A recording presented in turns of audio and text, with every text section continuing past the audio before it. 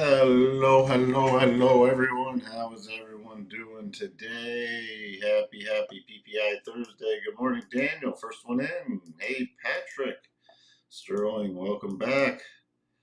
Hope everything went well for you yesterday. Let's see. We got the jobless claims. We got the PPI numbers out. Again, inflation is just not going away month over month. People are focusing on this year over year number dropping, but month over month, just like the CPI, core and super core climbing, PPI core climbing. So, this is where it could get slightly sticky. Don't see how they could do 50 basis point cut. Sterling's got the numbers in here for us. We'll get to those in a second. What else we have? Good morning, Jacob. They're projecting a glut in oil. So, good morning. Good morning, Ted. Good morning, Royal Palms. Microsoft D365 having issues today. Well, it's not going to affect us. Yes, gold. Gold. Watch for a breakout today. The pattern has set up perfectly, and we'll go through that. They're extending the $5 meal deal into December. 4 nuggets for $5. All right. That's where we sit right now. We'll get to some other stuff in a second. Again, PPI numbers coming out. Headline PPI month over month coming in at 0.2.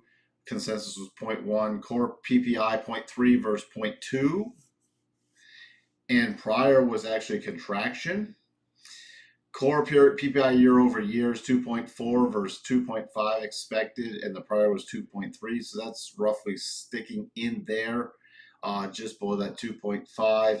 Though everything was focused on the people who want all the cuts. 1.7, see, year over year for the headline number, 1.7.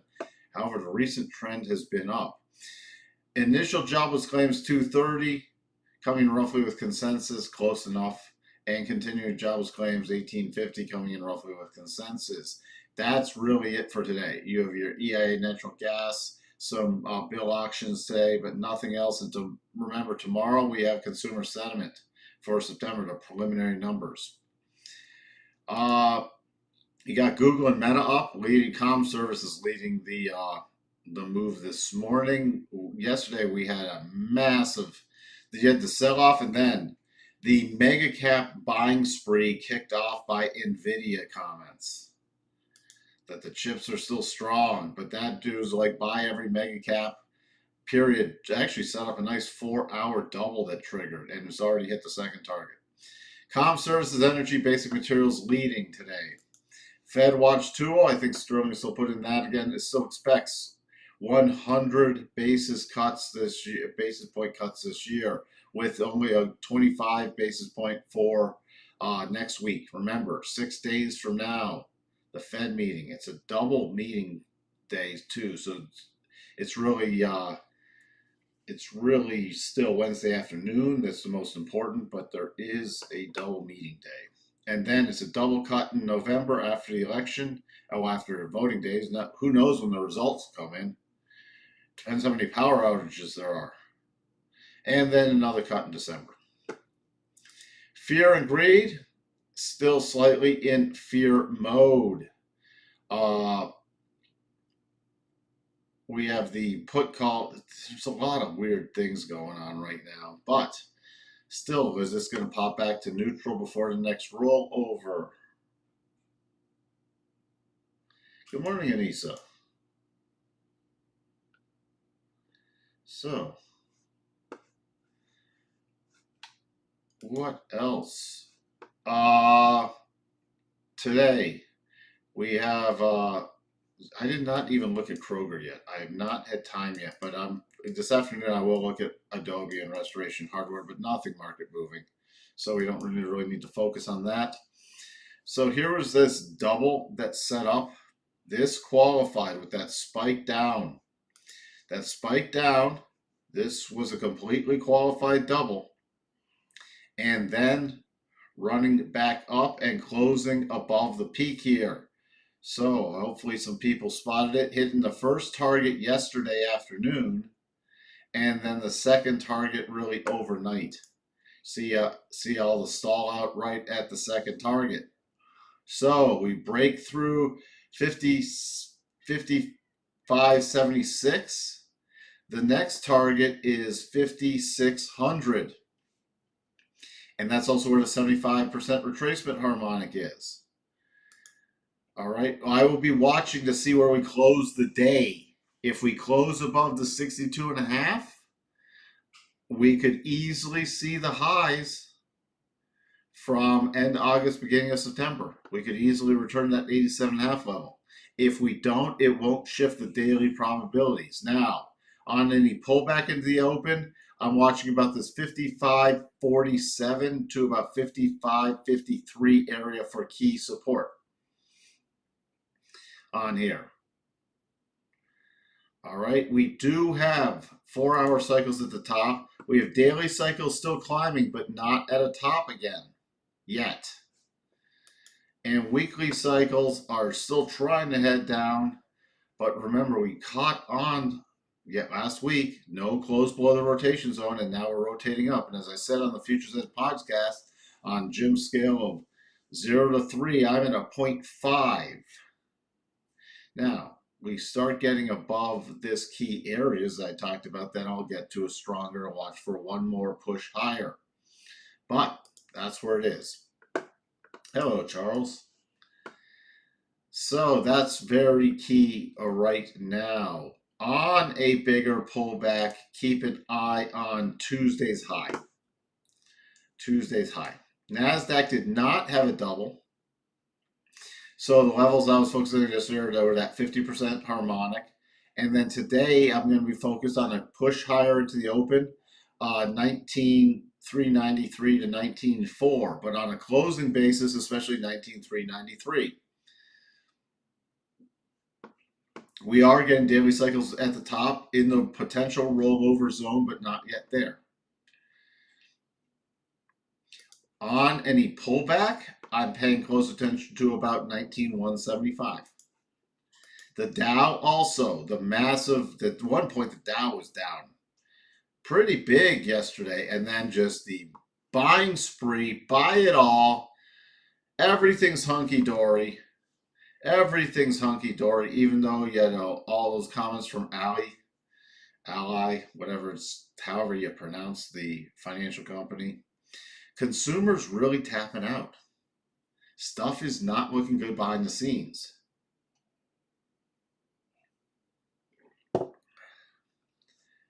Hey, Options 22, hope you're well. Haven't seen you forever. Thank you for tuning in. Well, there you go. More 700 million support for Ukraine. That's pretty interesting. The amount of money going to Ukraine in the bill is more we spend on the Marine Corps. Where's all the money? Well, we don't have to ask. So, continued rally. If you're watching the Russell, I can't speak. Russell, continued rallies entering the possible rotation zone. But the major resistance is 2141 area. Very key support is right around 2100 right now. The VIX continuing to drop. Fear continuing to come out of the market. The DAX also, which is not closing strongly. If the DAX starts losing this 18,500 level and then follows through and closes below 18,300, that's where I'm focused on the return to the 200 SMA in the DAX. The yields little upward close yesterday. Going to start watching for a possible bounce pattern in here. Nothing strong set up yet, unless it really closes above yesterday's highs with cycles going up. Would be a very aggressive percent beat buy. That's not a super strong bottoming pattern because it's against the rotation zone, and the rotation zone is right against it. But I will be watching for yesterday's highs in reference to yield. But we already had the PPI numbers out of the way, and we don't really have anything else coming out unless there's comments made today or something comes out breaking in the news. And so this might not be anything until we get the sentiment numbers tomorrow. 10-2s, still, we got the bull steepening going on. It's just slowly grinding higher. I mean, we've pulled back a bit from the 15 basis points based off the futures, but we're nowhere back below zero. Dollar index, little pullback today. We stalled out that 87.5 off the percent be buy, and then the close above the 62.5. We stalled out at the 87.5, and the double is still in. The potential double, not even confirmed yet, but definitely from a short-term trading perspective on the dollar, it's a raise stops from my perspective. And then if this does trigger, then it's looking for the next push higher. If it doesn't trigger, gonna watch for this to roll over because it's completed the minor 87.5 and can't close above the rotation zone. Crude. Going to be watching for a stronger bottoming pattern down here. There is nothing yet. It's just very short-term plays. This was a very lopsided double. So if you're looking for targets, you can still use these like 69 and then about 69.50 would be the next targets higher. You can still, they're valid to still use if you're a short-term crude trader. The key support is back at 67.50. Now, as Coco just said, gold breakout. You can see sideways correction, burning off the overbought condition. Daily cycles are getting to the top of this, can easily still break out, eking out a new, I think this was a new high in the futures. I know spot gold was hit a new high. The levels now 2606, so 2600 and 2640. Also, if you take a look at the weekly, sideways correction, rotation zone 8 pushing the price higher. All right, that is a very, very key pattern to watch for. That's why I mentioned so often, I was focused on, is it going to close below the daily rotation zone? It did not. This whole sideways correction, and only managed to really dip below it a couple times. But basing, letting the rotation zone hold it up. Now, if this is a fake out breakout, again, the bottom of the rotation zone is very key. About 25.25. So if this were to fake out and then close back below 25.25, that's when I'd be looking for suck people in, and then it could do a short reversal. But there's no signs that that's going to happen yet. But that's what I will be watching for in case it does. Watch the rotation zone. The yen. The yen still just grinding lower. Yesterday is little yen weakening, and we had the Bank of Japan comments, they're slow and steady for their rate increases. I think they said eventually they'll get to 1%. 1%. Oh boy, but that's where that sits. Spiders and the Qs. So, the spiders pretty interesting yesterday. Let me zoom in here. Right to the 62.5. Right to that level, but no close above it. If it continues to the upside, let me take off the bigger levels for the time being. 558, 558, and then 561. 558, 561. If you're looking for the double targets also, which was a little harder because of lopsided nature, but here's the peak you had to use right here. So you can roughly see we're going to open up 555.40 area. 556 would be a minor target. It would be the second target. And then the third target area is roughly in line with that 75 harmonic, 558.01 to 558.35. So those are your key upside targets. The major support, minor support coming in is on a pullback to 550. Major support's now about 549. The Qs, clean this up for a second. Let's just look at the short-term stuff.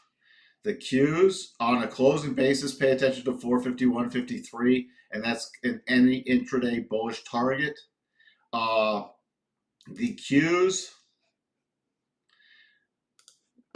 yesterday, again, this was very lopsided. I didn't even look at it as a double. I was just using the 50% target that we outlined yesterday at 466.80 area, and then 471.53. If it closes above 471.53, pay attention to 476.20 to the upside. The key support, sorry for clicking too fast, minor support is coming in at 465.35, major support about 462.75. Good morning, Henrik.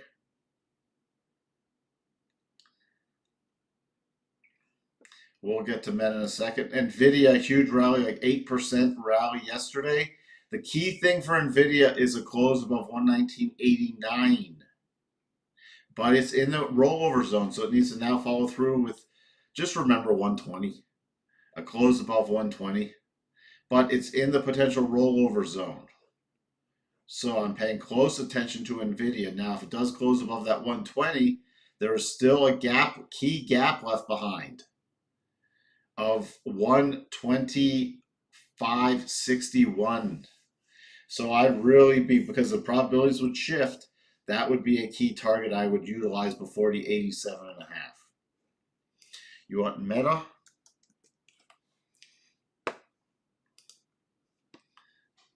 Meta does have the triple top. I